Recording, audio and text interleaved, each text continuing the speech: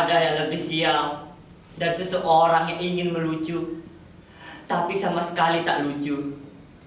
Jangankan orang lain tertawa, saya sendiri tak tertawa oleh lelucon saya.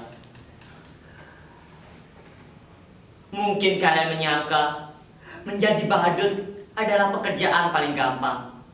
Tinggal bertingkah kocak dan orang akan tertawa.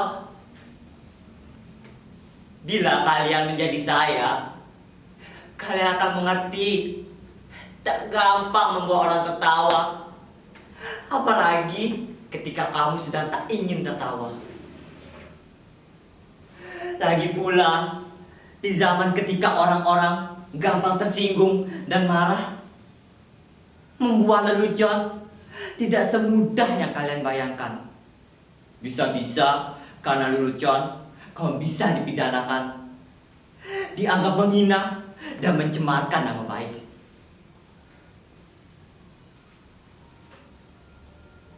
Kawan baik saya, seorang pelawak, dipenjara hanya karena membawakan lelucon yang kemudian dianggap menghina. Dia bercerita tentang seseorang yang memanjat pohon kelapa jam 10 pagi, dan dari atas pohon kelapa orang itu mengumandangkan azan subuh. Allahu Akbar, Allahu Akbar, Allahu Akbar, Allahu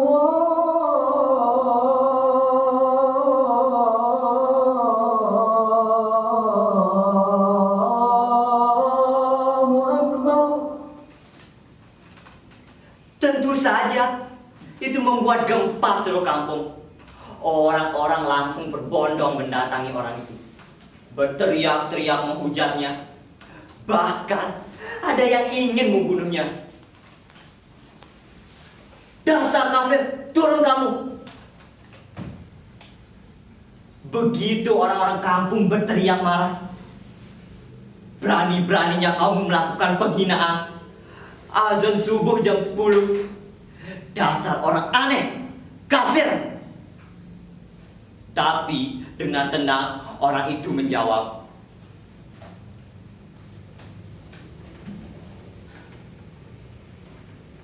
"Loh, siapa yang aneh? Siapa yang kafir? Coba kalian pikir, saya azan subuh jam 4 di masjid, tapi tak ada satu pun dari kalian datang. Begitu saya azan subuh jam 10, kok kalian pada berdatangan? Coba kalian pikir, yang tak taat siapa? Yang aneh siapa? Yang kafir siapa? Orang kok gampang sekali mengkafir kafirkan orang hanya karena berbeda menjadi bermusuhan. Sekarang orang sepertinya senang kali bertengkar.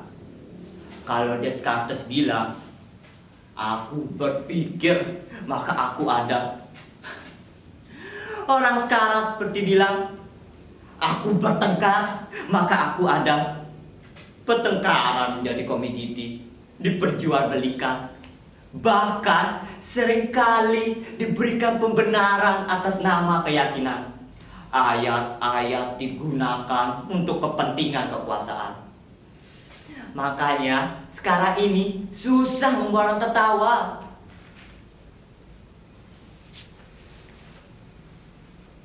Saya menjadi badut meneruskan bakat ayah saya. Dulu ayah saya juga jadi seorang badut. Karena bapak saya badut, saya pun jadi badut. Sekarang kan sedang ngetren, anak meneruskan bakat orang tuanya. Kalau bapaknya presiden, ya anaknya tentu ingin jadi presiden. Enggak deh, anaknya nyalon jadi gubernur. Bahkan ada yang nyalon jadi wali kota. Sudah jangan ngomong lantur saya. Nanti malah saya ditangkap. Dulu kata bapak saya, jadi badut tuh lumayan enak, penghasilan lumayan, Bapak saya sering diundang karena orang-orang membutuhkan hiburan. Badut dan pelawak dianggap masih lucu. Lah kalau sekarang pelawak saja kalah kok lucunya sama politikus.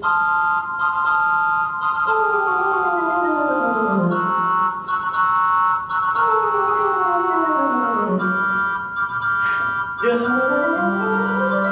aku nggak nyangka kamu akan datang. Silakan, silakan. Maaf berantakan. Duduklah. Mau minum apa? Atau mau makan?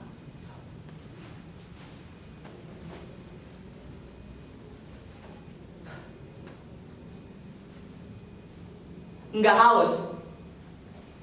Enggak lapar? Syukurlah, kebetulan saya tak punya apa-apa.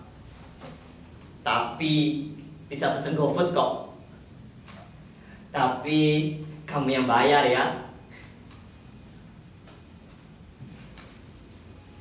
Yang datang ini pacar saya loh. Kalian jangan tersenyum ngejek gitu. Badut kayak saya ini juga manusia. Bisa falling in love dan punya pacar. Lihat tuh, cantik nggak pacar saya? Namanya Reisha. Lengkapnya Reisha Bayar.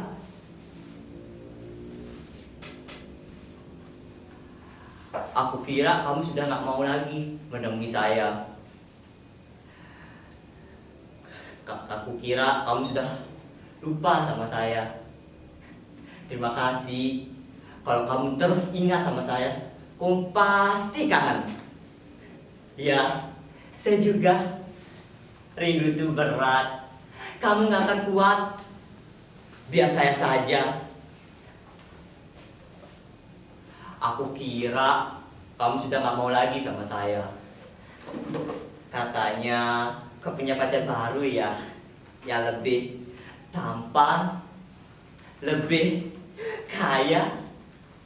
Tapi percayalah, apapun yang terjadi, aku tetap mencintaimu. Sumpah I love you, I miss you. Boleh aku peluk kamu? Boleh aku cium kamu?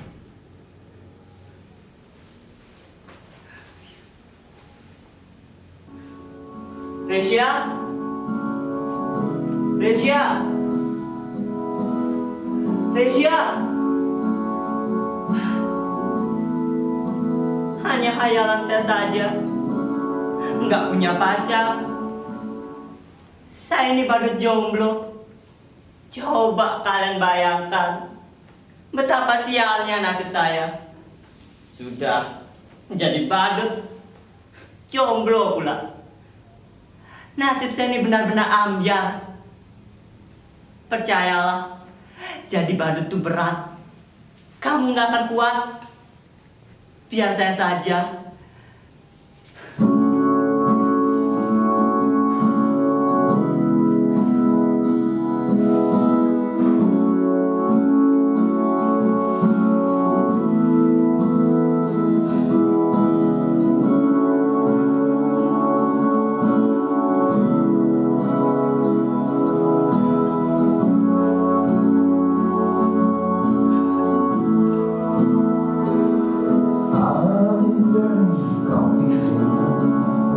Sekejap memandang, ku berikan kepadamu.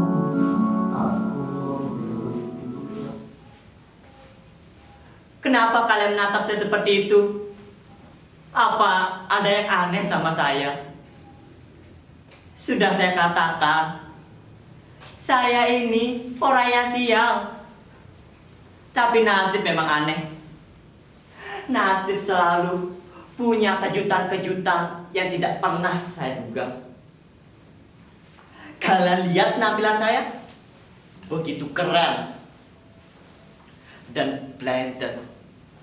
Kini saya berpakaian bagus. Tapi sebenarnya saya tetaplah seorang badut.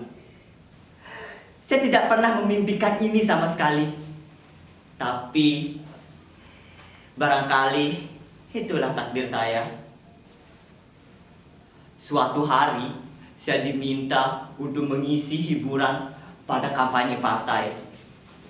Menurut saya, penampilan saya ini biasa-biasa saja. Nggak lucu sama sekali. Tapi entah kenapa, semua yang hadir tertawa terpingkat-pingkat. Saya hanya menjentik-jentikkan jari seperti ini. Semua orang tertawa. Saya hanya menggoyang-goyangkan bokong saya. Semua orang tertawa. Bahkan ketika saya hanya berdiri diam, semua orang makin tertawa terbahak. Mereka terhibur dengan penampilan saya begitu bodoh dan tolol. Sungguh, saya tidak pernah merasa setolol saat itu. Lalu, pemimpin partai mendatangi saya, menjabat tangan saya, memuji-muji saya. Katanya, saya adalah sosok yang karismatik. Saya punya bakat untuk disukai semua orang. Dan itulah kekuatan seorang pemimpin. Ia bilang pada saya, jadi pemimpin itu tak perlu cerdas atau pintar. Yang penting disukai semua orang. Demokrasi membuat seseorang menjadi pemimpin bukan lantas kecerdasannya, tapi karena disukai semua orang. Semakin banyak yang menyukaimu, memujamu, maka kamu akan menjadi pemimpin. Pendukungmu akan memujamu habis-habisan. Tak peduli kamu salah atau benar, yang penting kau tetap disukai orang. Kamu boleh berbohong atau ngibul sesukamu. Yang penting orang tetap percaya kamu dan menyukai kamu. Kamu memiliki bakat besar seperti itu. Orang lain menertawakanmu, sesungguhnya ia menyukaimu. Orang seperti kamulah yang dibutuhkan di partai. Saya kemudian mereka dandani menjadi netsis seperti ini. Didaftarkan ikut pilkada. Padahal saya nggak tahu apa itu pilkada. Saya nggak tahu apa bedanya pilkada dan pilkada. Tapi ada yang bilang pilkada itu nggak boleh coba-coba buat anak. Kalau pilkada boleh coba-coba buat anak. Makanya banyak anak-anak pejabat dan pemimpin yang coba-coba ikut pilkada. Saya sudah nggak tahu lagi kenapa mereka menyuruh saya ikut pilkada. Padahal ijazah saya tak punya. Tapi mereka bilang, tenang saja, ijazah bisa dipalsukan. Jangankan ijazah, kebenaran pun bisa dipalsukan. Dan betapa sialnya saya. Saya menang pilkada. Mereka memilih saya karena dapat bisa menghibur mereka. Saya dianggap orang yang paling lucu, yang bisa membuat hidup mereka bahagia. Ketika saya menjadi badut, saya tak pernah berhasil membuat orang tertawa. Tapi ketika jadi pemimpin, berkali-kali saya membuat orang tertawa. Itulah kenapa saya bilang, betapa sialnya hidup saya. Hidup pemimpin kita! Hidup! Hidup! Panjang umur pemimpin kita! Hidup pemimpin kita! Betapa sialnya hidup saya. Dulu jadi badut, jadi pemimpin, tetap jadi badut. Badut yang mereka bisa atur, badut yang bisa membuat mereka terhibur. Sungguh, saya ini adalah badut yang sial. Percayalah, jadi badut tuh berat. Kamu nggak akan kuat. Biar para pemimpin saja. Hidup pemimpin kita!